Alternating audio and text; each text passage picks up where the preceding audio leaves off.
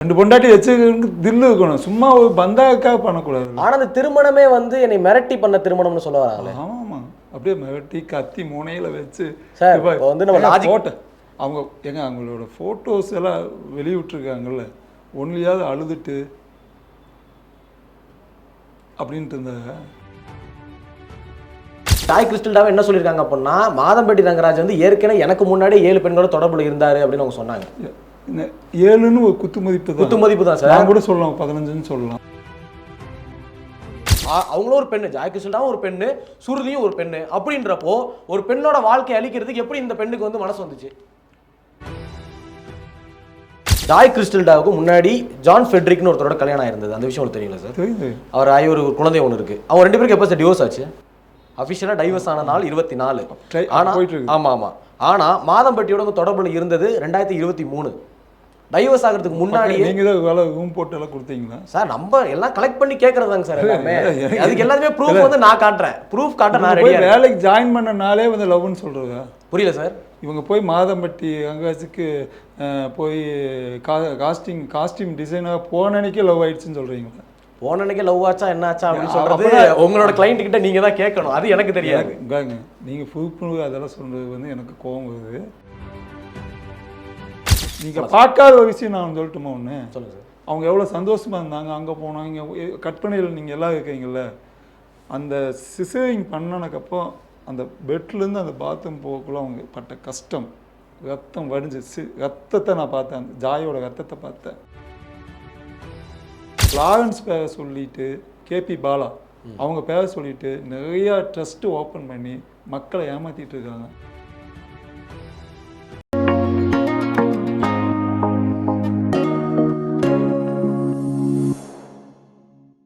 GeM TV நேயர்களுக்கு வணக்கம். நான் உங்கள் விஜய் அபிஷேக். இன்றைக்கி வந்து நம்ம கெஸ்ட்டு யார் வந்திருக்காங்க அப்படின்னு பார்த்தோம் அப்படின்னா, அமாவாசை ஜோதிடர் மற்றும் திரைப்பட இயக்குனராக இருக்கிற பொன்முடி சார் தான் வந்திருக்காரு. சார் வணக்கம் சார். வணக்கங்க. எப்படி இருக்கீங்க? ரொம்ப நல்லா இருக்கு. தெய்வீக முகத்தோடு வந்திருக்கீங்க. Okay sir. சார் இன்றைக்கி வந்து நம்மள்ட்ட கேட்க வேண்டிய கேள்வி என்ன அப்படின்னா, மாதம்பட்டி ரங்கராஜ் ஜாய் கிறிஸ்டல் தான் சார். கையை எடுங்க. என்ன அப்படின்னா, ஜாய் கிறிஸ்டல்டா அவங்களுக்கு வந்து இப்போ குழந்தை பிறந்திருக்கு. அந்த குழந்தை பிறந்திருக்கிற நேரத்தில் அவங்களோட முதல் பையனை வந்து பார்த்துக்கிட்டது வந்து நீங்கள் தான். இந்த தொடர்பை பற்றி நீங்கள் என்ன நினைக்கிறீங்க? மாதம்பட்டி ரங்கராஜ், ஜாய் கிறிஸ்டல்டா இவங்க 2 பேருக்குள்ள ஒரு தொடர்பை பற்றி நீங்கள் என்ன நினைக்கிறீங்க? சொல்லுங்க சார். சிரிக்கிறீங்க. நாடே திட்டுச்சு. கவர்மெண்ட் என்ன சொல்லுது, சட்டம் என்ன சொல்லுதுங்க, யாரோட வாழலாம்னு சொல்லுது சார். சட்டம் அந்த அதை பயன்படுத்திக்கிட்டு எல்லா ஆண்களும் எல்லா பெண்களும் செஞ்ச தப்பு தான். ரைட்டுன்னு சொல்ல வரல. குழந்தை பிறக்காத வரைக்கு, கர்ப்பம் ஆகாத வரைக்கு, கர்ப்பம் ஆகிட்டா அப்போ அது மாதம்பட்டி தான் பொறுப்புங்க. கவர்மெண்ட் சொல்லுது, சட்டம் சொல்லுது. மனசாட்சி உள்ளவன் யாராக இருந்தாலும் அதை கண்டிப்பாக இப்போவாது சட்டங்க. அந்த காலத்தில் 7 பொண்டாட்டி 5 பொண்டாட்டி வச்சுருக்கவங்களாம் நீங்கள் 12 பொண்டாட்டி 24 பொண்டாட்டி நீங்கள் போய் சும்மா அப்படியே உங்கள் வம்சத்துலேயே உங்கள் தாத்தா போய் கேட்டு பாருங்க. உங்கள் அப்பாவை கேட்டால் தாத்தா என்ன பண்ணிட்டாங்க, அண்ணன் தம்பி 5 பேர் இருந்தாங்கன்னா 5 பேர்த்துக்கு ஏதாவது ஒரு ஆள் 4 கல்யாணம் 2 கல்யாணம் 3 கல்யாணம் 5 கல்யாணம் பண்ணவங்களாம் இருக்காங்க அந்த காலத்துக்கு. இது சரி சார். ஆனால் அப்போ அங்கே நியாயம் நடந்ததில்ல. 5 பேர்த்தையும் காப்பாற்றினானல்ல. அப்போ இப்போ எங்கே திடீர்னு சார் 5 பேரை காப்பாற்றினாங்க அப்படின்றப்போ அது 5 பேரை கல்யாணம் பண்ணாங்க சார். 5 குடும்பத்தையும் காப்பாற்றணும் கெப்பாசிட்டி இருந்தால் அது பண்ணணும். ஓகே, புரியுதுங்களா? ஓகே. 2 பொண்டாட்டி வச்சுக்கிறதுக்கு தில்லு இருக்கணும். சும்மா ஒரு பந்தாக்காக பண்ணக்கூடாது. ஆனால் அந்த திருமணமே வந்து என்னை மிரட்டி பண்ண திருமணம்னு சொல்ல வராங்களே. ஆமாம். அப்படியே மிரட்டி கத்தி முனையில வச்சு சார் வந்து நம்ம போட்ட அவங்க அவங்களோட ஃபோட்டோஸ் எல்லாம் வெளியிட்டிருக்காங்கல்ல, ஒன்லியாவது அழுதுட்டு அப்படின்ட்டு இருந்தா சொல்லுங்க சார். இப்போ ஜாய் கிறிஸ்டல்டா வந்து இப்போ உங்களை மிரட்டாமலே இல்லை, பயந்துட்டு அழுதுட்டு அதனால் அவள் பால் குடிக்க பையனை மிரட்டி 5 வயசு பையனை மிரட்டினாவே ஏய் அப்படின்னு திருப்பி மிரட்டுறான். என்னங்க நீங்கள்? அவர் தான் சொல்கிறாரு, என்னோட புகைப்படங்கள் வீடியோஸ் எல்லாமே அவங்க வச்சு என்னை மிரட்டி தான் வாங்கினாங்க அப்படின்னு சொல்லி அவர் வெளியிட்டிருக்காரு. மிரட்டு கிடையாது, ரொம்ப அதெல்லாம் வெளியில் வரும். என்ன பண்ணாங்கன்னா, அவர் எப்போ தடையை அழிக்கணும்னு நினைக்காதோ அப்போலாம் அழிக்கணும் முடிவு பண்ணும்போது அந்த பொண்ணை விட்டு வெளியில் கிளம்பலான்னு முடிவு பண்ணுறதுக்கு ஒரு 10 நாளைக்கு முன்னாடியே ஃபோன் உடைக்கிறாரு, டேப் உடைக்கிறாரு, எல்லாம் உடைச்சி பயங்கரமாக அடித்து கொடுமைப்படுத்தி அதுக்கப்புறம் ஏதோ கோவத்தில் அடித்த மாதிரி அதை கிரியேட் பண்ணிவிட்டு அப்போ அதில் பாஸ்வேர்டெல்லாம் இந்த பொண்ணு சாதாரணமாக கொடுக்குது. ஐஃபோனுக்கு ஏதோ ஒரு பாஸ்வேர்டு இருக்குது, போட்டால் அந்த நெட்லேருந்து எடுத்துடலாம், இதுலேருந்து அந்த பாஸ்வேர்டு கொடுக்காங்க, அதையும் அழிக்காங்க. அப்போ வந்து இந்த பொண்ணு ரொம்ப கஷ்டப்பட்டு அந்த ஃபோனை அப்படியே எடுத்துகிட்டு போயிருந்தாங்கன்னா மாதம்பட்டி இன்னைக்கு சொன்ன எல்லாமே ஜெயிச்ச மாதிரி. மதி விருச்சகாசி அனுச நட்சத்திரம் சந்தை எவ்வளோ பெரிய ஆளாக இருந்தாலும் ஒரு இடத்துல தப்பு பண்ணுவான்னு நினைக்கிறேன். அவரோட பாயிண்ட் ஆஃப் வியூவில் நான் பேசுகிறேன். அந்த ஃபோனையும் அந்த ஐபேடையும் விட்டுட்டு போனது தான் தப்பு.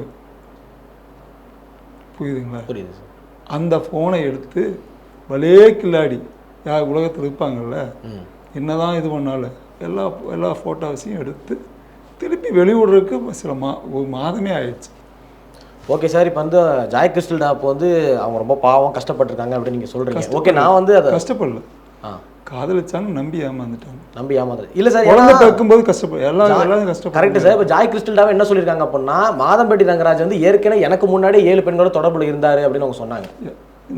7ன்னு ஒரு குத்து மதிப்பு தான் சார். நான் கூட சொல்லலாம், 15ன்னு சொல்லலாம். Correct sir. ஆனால் இப்போ வந்து 7 பேர் அவர் ஏமாத்திருக்காரு தெரிஞ்சும் ஏன் வலையில போய் இவங்க விழணும்னு கேட்குறாங்க. அதாவது இவங்கெல்லாம் கர்ப்பமான கப்பந்தான் இந்த 7 பேரும் ஒரே நாளில் வந்துடல.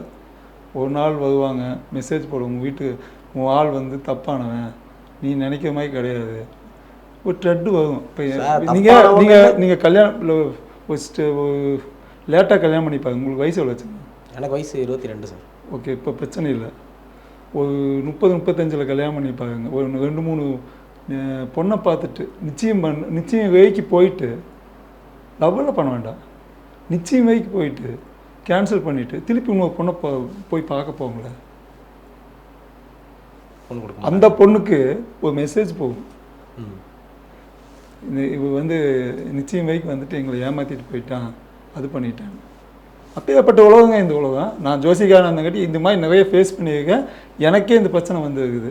45 வயசுல எனக்கு கல்யாணம். Correct sir. ஆனால் இப்போ காதலிச்சு அவங்க ஏமாந்து போனாங்க. ஏன்னா இவர் வந்து இப்போ அவங்களோட என்ன சொல்லியிருக்காங்க, இவர் ஒரு அயோக்கியன் அப்படின்னு அவங்க சொல்கிறாங்க.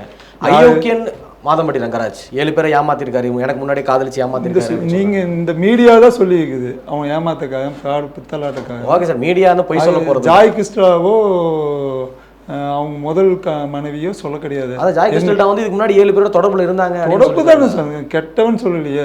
அதான் சார், தொடர்புல இருந்திருக்காங்க. என்ன மாதிரி தொடர்புன்னு தெரியல. அவங்க பிஸ்னஸ்ல தொடர்புல இருந்திருக்காங்க. இந்த பொண்ணையும் கல்ட்டுக்கு இவங்க ட்ரை பண்ணாங்க, 8வது ஆளா. இவங்க தப்பிச்சிட்டாங்க. அந்த சென்ஸ் வந்து இவங்களுக்கும் குழந்தையெல்லாம் இல்லாமல் இருந்ததுன்னா அந்த ட்ரிப்பு கழிச்சிருந்தா கண்டிப்பாக கட் பண்ணிட்டு போயிருப்பாரு. ஜியோ நீங்கள் சொல்கிற மாதிரி எல்லாரும் சொன்ன மாதிரி அந்த லிஸ்ட்டில் 8வது ஆளாக மாறியிருக்கும். 9வது யாரோ ஒரு ஆள் மாட்டியிருப்பாங்க இந்த சமயத்தில். இப்போ கிறிஸ்டலாக இதை வெளியில் வந்தங்காட்டி அவள் தப்பிச்சுட்டான், அப்படி தான் சொல்லணும். ஓகே சார், இப்போ ஜாய் கிறிஸ்டல் டாப்பை வந்து எல்லாருக்கும் வெளியோட காட்டியிருக்காங்க. ஜாய் கிறிஸ்டல் டாவுக்கு முன்னாடி ஜான் ஃபெட்ரிக்னு ஒருத்தரோட கல்யாணம் ஆயிருந்தது. அந்த விஷயம் உங்களுக்கு தெரியல சார்? தெரியுது. அவர் ஆகி ஒரு குழந்தை ஒன்று இருக்குது. அவங்க 2 பேருக்கு எப்போ சார் டிவோர்ஸ் ஆச்சு? என்கிட்ட ஜாதகம் பார்க்க சமயத்தில் 2023 சமயத்தில் 24 டைவர்ஸ் ஆகி 24 இல்லை 23 இல்லை சார், டைவர்ஸ் வந்து 24 தான். அஃபிஷியலாக டைவர்ஸ் ஆன நாள் 24. ஆனால் ஆமாம். ஆனால் மாதம்பட்டியோட தொடர்புல இருந்தது 2023. டைவர்ஸ் ஆகிறதுக்கு முன்னாடி நீங்கள் தான் வேலை ரூம் போட்டு எல்லாம் கொடுத்தீங்களா சார்? நம்ம எல்லாம் கலெக்ட் பண்ணி கேட்கறதாங்க சார் எல்லாமே. அதுக்கு எல்லாமே ப்ரூஃப் வந்து நான் காட்டுறேன். ப்ரூஃப் காட்ட நான் ரெடியா. வேலைக்கு ஜாயின் பண்ண நாளே வந்து லவ்னு சொல்கிறதா? புரியல சார். இவங்க போய் மாதம்பட்டி அங்காச்சுக்கு போய் காஸ்டியூம் டிசைனாக போன அன்னைக்கே லவ் ஆயிடுச்சுன்னு சொல்கிறீங்களா? போன அன்னைக்கே லவ் ஆச்சா என்ன ஆச்சா அப்படின்னு சொல்கிறது உங்களோட கிளைண்ட் கிட்ட நீங்கள் தான் கேட்கணும். அது எனக்கு தெரியாது. நீங்கள் ப்ரூஃப் அதெல்லாம் சொல்கிறது வந்து எனக்கு கோவம் வருது. ஜாதகம் பார்த்து பண்ணி அப்படி தான் போனாங்க ஒழிஞ்சு யார் வேணாலும் ப்ரூஃப் சொல்லலாம். என்ன சர்டிஃபிகேட் கொடுத்துருக்காங்களா சார்? நீங்க சொன்ன பொறுப்பு வந்து நீங்க சார் கள்ள தொடர்புக்கு எதுக்கு சார் ஜாதகம்? அவருக்கு ஏற்கனவே கல்யாணம் ஆயிருக்கு, சுருதின்னு ஒரு மனைவி இருக்காங்க, 2 குழந்தைங்க இருக்காங்க. உள்ள போனது வந்து யாரோட தப்பு? சுருதியோட தப்புன்ற இவங்க ஜாய் கிருஷ்ணாவோட தப்பு. ஆல்ரெடி கல்யாணம் ஆகி 2 குழந்தைங்க இருக்கு அப்படின்றப்போ எதுக்கு நம்ம உள்ள போகணும்? குடும்பத்துக்குள்ள நம்ம ஏன் போகணும்? ஆம்பளை அவன் கேட்டான், ஓகே உனக்கு வந்து வெக்கம் இல்லையா, சூடு சொல்றேன் இல்லையா? ஆல்ரெடி ஒரு பெண்ணோட அவங்களும் ஒரு பெண்ணு, ஜாய் கிருஷ்ணாவும் ஒரு பெண்ணு, சுருதியும் ஒரு பெண்ணு. அப்படின்றப்போ ஒரு பெண்ணோட வாழ்க்கையை அழிக்கிறதுக்கு எப்படி இந்த பெண்ணுக்கு வந்து மனசு வந்துச்சு சொல்லுங்க? ஜாய் கிறிஸ்டா கேட்கலாமே இது நீங்க? அதான் உங்க ஆதரவாளர், நீங்க தான் ஆதரவாளருக்கு சப்போர்ட் பண்றீங்க, உங்கள்கிட்ட கேட்கறானா? அவங்க இன்டர்வியூ கொடுத்தாங்கன்னா கண்டிப்பா அதை கேட்பேன் சார். நான் கண்டிப்பா கேட்பேன். வாய்க்குது எல்லாம் கேட்கலாங்க. கண்டிப்பா கேட்பேன் சார். இல்ல யாரா நான் கேட்ட கேள்வி நியாயமான கேள்வி. மாதம்பட்டிக்கு ஏன் கேட்கல? அதான் சார் நான் என்ன சொல்றேன் நீங்க அப்படின்னா, மாதம்பட்டி அவரையும் தான் சார் கேள்வி கேட்கிறேன். அவருன்னு கரெக்டா நான் சொல்லவே இல்லை. அதெல்லாம் அவரும் நீங்க கரெக்டா சொல்லல. நீங்க என்ன எப்படி சொல்றீங்கன்னா தப்பு அங்க வந்து ஏமாத்தி இன்னைக்கும் 4 கல்யாணம் 3 கல்யாணம் பண்ணிட்டு இருக்க இன்னும் மக்கள் இருக்காங்க, மகான்கள் இருக்காங்க. நான் ஜாய் கிறிஸ்டா செஞ்சது ரைட்டுன்னு சொல்லலை, ஏமாந்துட்டாங்க. செகண்ட் ஒய்ஃபுக்கு அத்தனை தகுதிகளும் இருக்குது. செகண்ட் ஒய்ஃபுக்கு எத்தனை தகுதிகள் இருக்கு சார்? தேவையான தகுதிகள் என்ன தகுதி சார்? குழந்தை பெற்றுருக்காங்கல்ல, அந்த ஒரு தகுதி தான். இல்லை சார், சட்டப்படி பார்த்தோம். நான் செகண்ட் ஒய்ஃப் சன்னு. Okay sir. எங்கள் அப்பா ஏமாத்திக்க. எங்கள் அம்மாட்ட கேட்கும்போது எங்கள் அம்மா எப்படி எங்கள் அப்பா கிட்ட ஏமாந்த விஷயத்தை எங்கள் அம்மா சொல்லுது. இது காலங்காலமாக நடந்துட்டு இருக்குது. இப்போ அப்போ நீங்கள் உத்தம புத்தனாக இருந்தால் நீங்கள் 2வது கல்யாணம் பண்ணாமல் மக்கள் இருக்கட்டுமே. இந்த கேள்வி கேட்டவன் எல்லாருமே கள்ளத்தோட யாருமே வச்சுக்கலையா? நீங்கள் வச்சுக்க மாட்டீங்களா? நான் வச்சுக்க மாட்டேன் சார். அப்போ கடவுள் உங்களை காப்பாற்றுவார். அவன் வாயில் ஏதாவது கெட்ட வார்த்தை வருது, கள்ளத்தொடப்பு வச்சவன் மிகப்பெரிய தோஷம்தான். அவன் ஏமாத்திருக்காங்க. அதுக்கு யாரும் பேசவில்ல. பழைய காலம் ஏன் போனீங்க, ஏன் இல்ல சார், பழைய காலத்துல இருக்கட்டும் சார். அப்போ வந்து கல்யாணம் தெரியாமலே ஏமாத்திட்டு இருக்காங்க சார். எனக்கு கல்யாணமே ஆகல அப்படின்னு சொல்லி ஏமாத்திட்டு இருக்காங்க. இப்போ வந்து மாதம்பட்டி ரங்கராஜ் வந்து ஒரு சாதாரண ஆள் கிடையாது. அவர் வந்து ஒரு திரைப்படத்தை நடிச்சிருக்காரு, ஒரு செஃப்பா இருக்காரு, உலகத்துக்கே தெரியும் ஒரு கல்யாணம் ஆயிடுச்சு அப்படின்னு. இந்த பதிவு நான் சொன்னேன், நீங்க எல்லாரும் சொல்றீங்களே, இந்த பதிவு அந்த குழந்தை வளர்ந்தக்கப்புறம் கண்டிப்பா பார்ப்பான். அவனுக்கு நீங்க என்ன பதில் சொல்ல போறீங்க? அதான் சார் நான் சொல்றேன். இப்போ வந்து இவங்க 2 பேருக்கும் இறையானது அந்த குழந்தை தான். இப்போ வந்து மாதம்பட்டி ரங்கராஜ் பண்ண அயோக்கியத்தனம், அப்படி பார்க்க ஜாய் கிறிஸ்டில்ரா பண்ண ஒரு கேவலமான தனம், 2 பேரும் சேர்ந்ததுனால அசிங்கப்படுறதும் பாதிக்கப்படுறதும் பிறந்த குழந்தை தான். ஆம்பளை செஞ்சா தப்பே கிடையாது, பொம்பளை பண்ணா தப்புன்னு அப்படி நான் சொல்லலை சார். அப்படி நான் சொல்லலை. இப்போ நீங்க தான் சொல்றீங்க. நான் என்ன சொல்றேன் அப்படின்னா, ஒரு பழமொழி ஒன்று சொல்லுவாங்க, ஊசியில நூல் நுழையறதுக்கு ஊசி இடம் கொடுத்தா இப்படி நூல் நுழையும். இதுக்கு என்ன சொல்றீங்க? கேவலமான பொருள். ஏமா இப்போ கரண்ட்ல. சரி, நான் இன்னொன்று சொல்லட்டுமா? சொல்லுங்க. இந்த எனக்கு மேலே இந்த ஜோசின்னு ஒரு பட்டம், ஒரு டைரக்டர்னு ஒரு பட்டம் இல்லைன்னா நான் நல்லா கேட்க முடியும். அதெல்லாம் தூக்கி வச்சா நான் இன்னும் பயங்கரமாக பேச தயார் சார். இப்போ வந்து 1000 ரூபா கொடுத்தாலோ இல்லை 5000 ரூபா கொடுத்தாலோ எத்தனையோ பெண்கள் இருக்காங்களே. ஆமாம் சார், ஆமாம் இருக்காங்க. எனக்கு தெரியும், இருக்காங்களா? இருக்காங்க சார். போக வேண்டியதானே மாதம்பட்டி. அதுக்கு எதுக்கு பிளான் பண்ணி செய்யணும்? பிளான் பண்ணி சார் என்ன சொல்றேன், இப்படி கேட்டா இப்படி நான் கேட்க இல்லையா? ஏன்னா லூசாட்டா. அதாவது இந்த மக்கள் வந்து ஒரு பொண்ணு மேலே சொல்றீங்களா, அந்த பொண்ணு ஏதாவது ஒன்று பண்ணிக்கிட்டா அப்போ என்ன பண்ணுவீங்க? இதே தான் டயானாக்கு நடந்தது. சார்லஸ் டயானாக்கு என்ன நடந்தது? துவத்தி கடைசியில் என்னாச்சு சொல்லுங்க. சரி சார், இப்போ ஓகே அவங்க கேக்குறாங்க என்னங்க இது? அப்புறம் இல்ல சார், ஜாய் கிறிஸ்டல் தான் இருக்காங்க சார், ஏமாந்துட்டாங்க, இப்போ வந்து பதறி தவிக்கிறாங்க. சரி ஓகே, இப்போ வந்து அவங்க ஒரு மனைவி இருக்குன்னு தெரிஞ்சுதான் வந்தாங்க, அப்போ அவங்க கஷ்டப்பட்டு தான் ஆகணும். அதான் சட்டம். ஆல்ரெடி திருமணம் ஆயிருக்குன்னு தெரிஞ்சு வந்திருக்கேன், சரி விட்டுருங்க. இப்போ வந்து ஜாய் கிறிஸ்டல் சுருதிக்கு ஒரு லெட்டர் அனுப்பிச்சிருக்காங்க. சுருதிக்கு ஒரு லெட்டர் அனுப்பிச்சு, அந்த லெட்டர் பத்தி நீங்க விசாரிச்சீங்களா? லெட்டர் பத்தி கேள்விப்பட்டீங்களா? அதுல வந்து மாதம் அவங்களுக்கு வந்து 8 லட்சம் ரூபாய் எனக்கு இப்பவே வேணும் அப்படின்னு சொல்லி லெட்டர் எழுதி கொடுத்தாங்க. ஐ வாண்ட் நவ் 8 lakhs அப்படின்னு சொல்லி கேட்டிருக்காங்க. திருட்டுத்தனமாக இவங்க வந்து டெய்லி வந்து எழுதுனது பிரார்த்தனையில் எழுதிட்டு இருந்ததெல்லாம் ஐ வாண்ட் 8 லட்சம்னு கேட்கணும் அவசியம் இல்லை. எனக்கு நீ 8 லட்சம் கொடுத்தாகணும்னு எழுதிக்கணும். ரங்கராஜ் நீ கொடுத்துக்கணும். இவங்க பிரார்த்தனை பண்ண என்னெல்லாம் உனக்கு ஆசைப்படுறேன்னு இவங்க கொஞ்சி குழாவும் போது எழுதுவாங்கல்ல, அதையே அவன் திருட்டுத்தனமாக எடுத்துகிட்டு போனதுக்கு எவிடன்ஸாக வச்சுருக்கான். இது ரொம்ப கேவலமாக இருக்குது. அந்த லெட்டர் வந்து 8 லட்சம் இருந்தால் போதுமா ஒரு பொண்ணுக்கு? சார் 8 லட்சம் இருந்தால் போதுமா? 8 லட்சம் ரூபா ஏதோ கடன் கொடுக்கணும்னு சொல்லி 8 லட்சம் எவ்வளோ ஊயே சிரிக்குதுங்க சார். இப்போ வந்து ஜீவனம்சம் ஒன்னே ஒன்று தான் ஒரே ஒரு ப்ளஸ் என்னன்னா, அவங்க வந்து முதல் மனைவி அவ்வளோதான். அதில் 1008 பிரச்சனை அவங்க குடும்பத்தில் இருக்குது. இன்னொரு விஷயம் சொல்லட்டுமா? இதெல்லாம் இப்போ நடந்தது தான் பேசிட்டு இருக்கீங்க. நம்மளுக்கு ரொம்ப ஷார்ட்டாக தானே நம்ம ஃபுட்டேஜ் எல்லாம் இருக்கும். அவங்க இமிடியேட்டாக என்ன பண்ணிகிட்டு இருக்காங்கன்னா, என்னோடய கணக்கு பிரகாரம் என்னோடய ஆயிடம் ஒவ்வொரு தடவையும் ஆயிடம் போடுவேன். குழந்தை முன்னாடியே பிறக்கும், அது ஆண் குழந்தை பிறக்கும்னு நல்லா சொன்னவன் நான். அவங்க எல்லாம் பெண் குழந்தைன்னு ஊயே சொல்லிட்டு இருக்கும்போது ஆண் குழந்தை பிறக்கும், இவ்வளோ டென்ஷனாக ஒருவேளை முன்னாடி பிறக்க கூட வாய்ப்பு இருக்குது, சிக்கலில் பிறக்குன்னு சொன்னேன். அதெல்லாமே நடந்துருக்குது. திருட்டுத்தனமாக என்றைக்கு இருந்தாலும் மாதம்பட்டி மறுபடியும் மன்னிப்பு கேட்டு எவ்வளோ இதெல்லாம் நடக்க போகுது.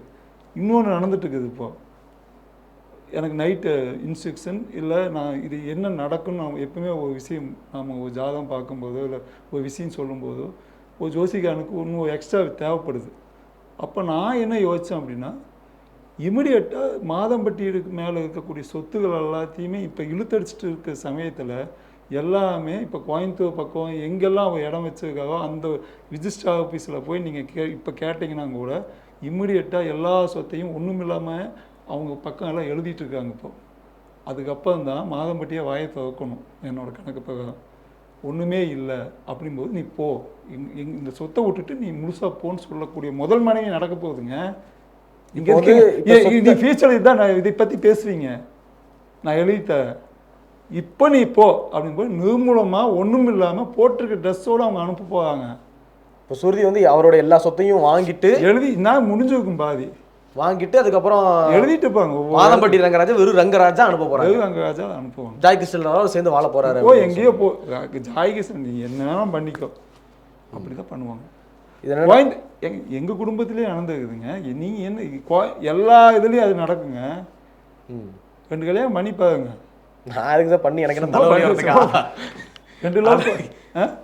2 கல்யாணம் பண்ணி எனக்கு என்ன தலைவலி வருதுக்கா? பண்ணி பார்த்தா தெரியும் சார். இப்போ என்ன சார் நீங்க வந்து இப்போ நீங்க ஒரு ஜோதி புதுசா ஒன்று சொல்லியிருக்கேன். எவனும் யாருமே சொல்லாத நான் சொல்லியிருக்கேன். இப்போ சொல்லியிருக்கீங்க சார். பாப்போம் எதிர்காலத்தில் பாப்போம். பார்க்குறப்ப உங்களுக்கு கூட இன்டர்வியூ எடுக்க தானே போறேன் நான். இதுக்கு முன்னாடி சொன்னவங்கலாம் இப்போ நீங்க என்னோட இன்டர்வியூலாம் போய் பாருங்க. பல இன்டர்வியூல என்ன சொன்னோம் அது நடந்திருக்கு. அதுக்காக எனக்கு என்ன எல்லாமே பார்த்தேன் சார். எல்லாமே கீவ் கட்டி நின்றுட்டு இருக்காங்களா? ஒன்றும் கிடையாது. என் சொந்த காசுல நான் இன்னைக்கும் வந்து 20,000 30,000 ரூபாய் தர்மம் பண்ணிட்டு இருக்கேன்.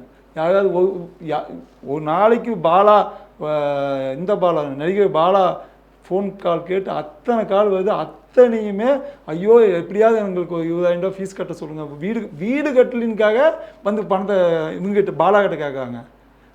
ஒரு என்ன பிரச்சனை தமிழ்நாட்டுக்குள்ள என்ன பிரச்சனை தான் இந்த பாலா கிட்ட. அப்போ பாலா பேர சொல்லி ஒரு டீம் என்ன பண்ணுது, உங்களுக்கு வந்து 10 லட்சம் ரூபா லோன் செலெக்ஷன் ஆகிடுச்சு, 10,000 ரூபா கட்டுங்கன்னு ஒரு டீம் ஏமாற்றிட்டு இருக்குது.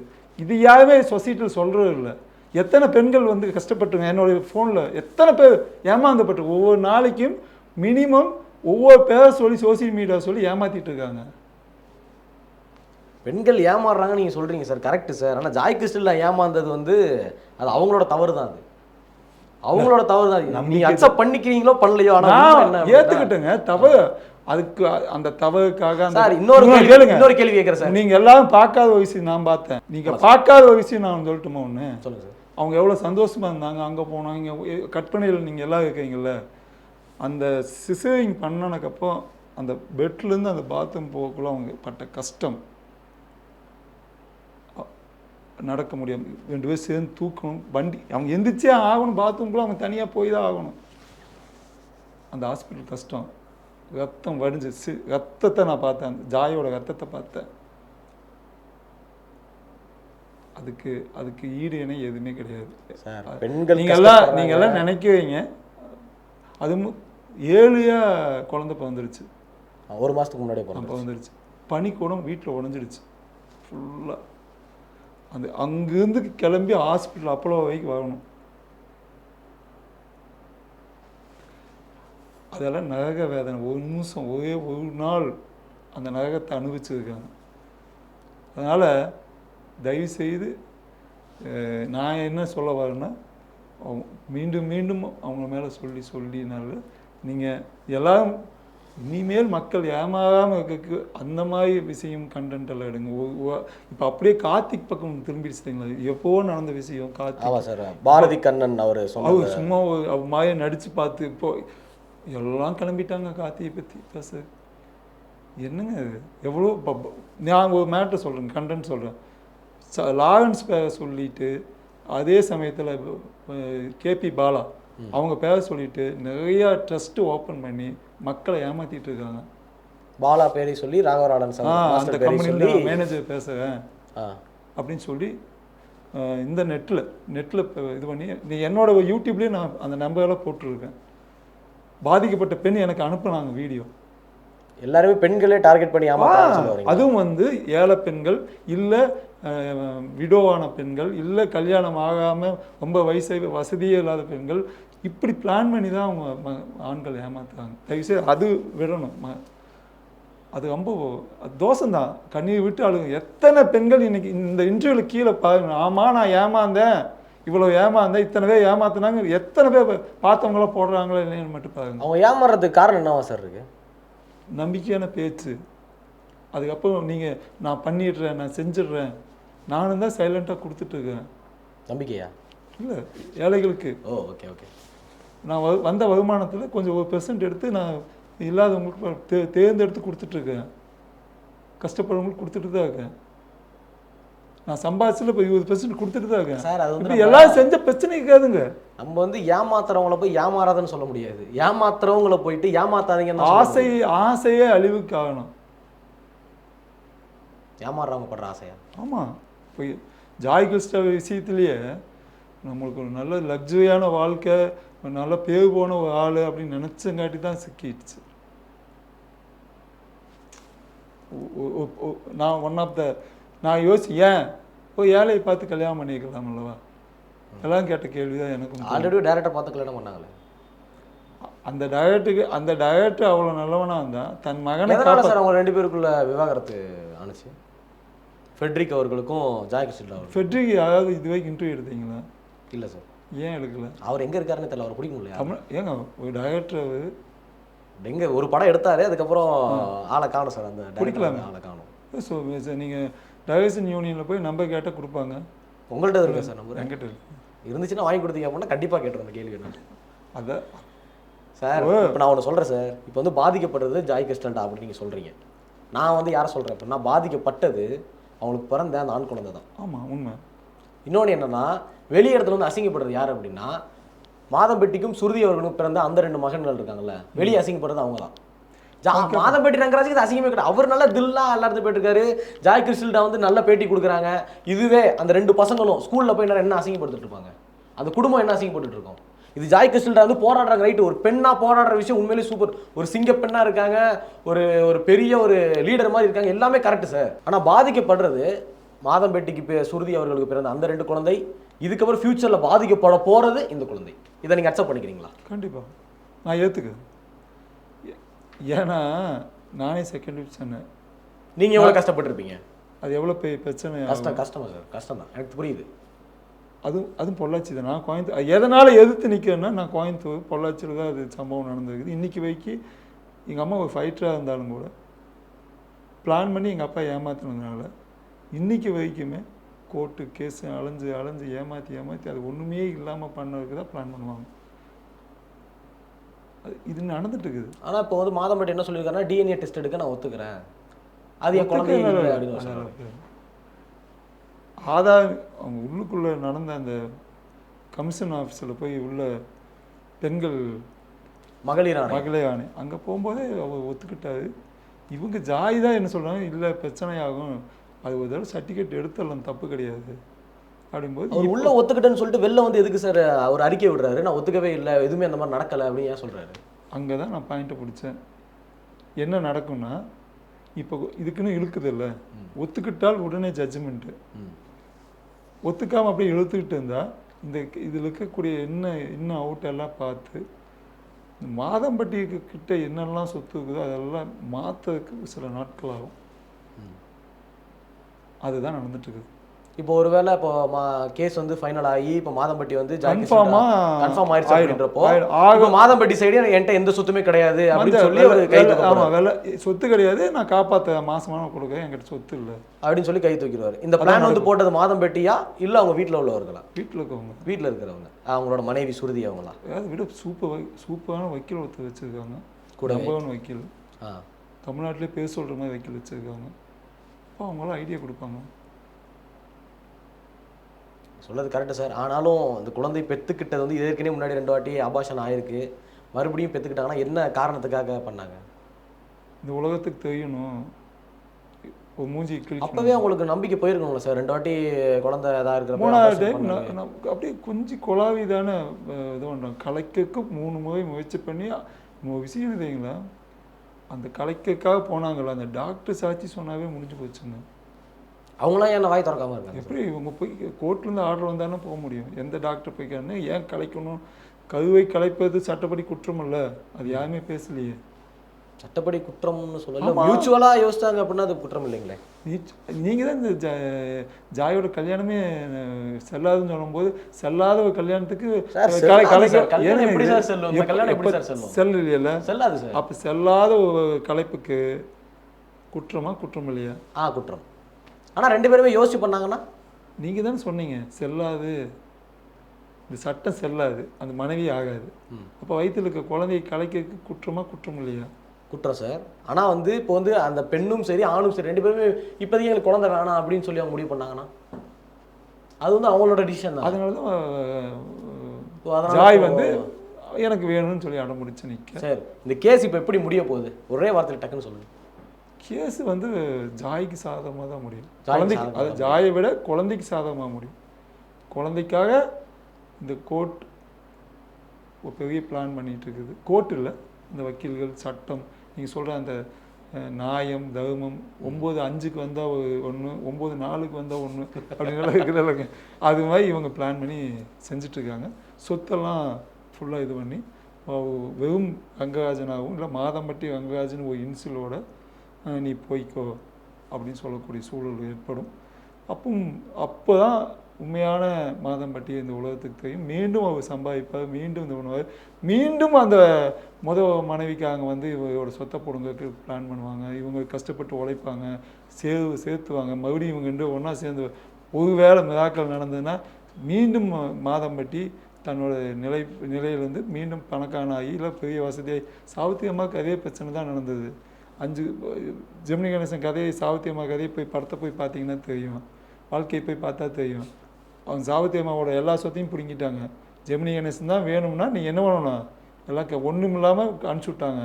மீண்டும் அவங்க ஒரு சின்ன ஒரு வீடு வாடகைக்கு எடுத்து அதில் போய் தங்கி, படத்தில் காட்டியிருக்காங்க, தங்கி அதுக்கப்புறம் மீண்டும் நடித்து அந்த எந்த ஊரில் வீட்டுக்கு வாடகையே இல்லாமல் வாழ்ந்தாங்களோ அதே ஊரில் மிகப்பெரிய கோடி டீநகரை தான் கட்டினாங்க சாவித்திரி அம்மா. அவ்வளோ பெரிய வீடு கட்டினாங்க.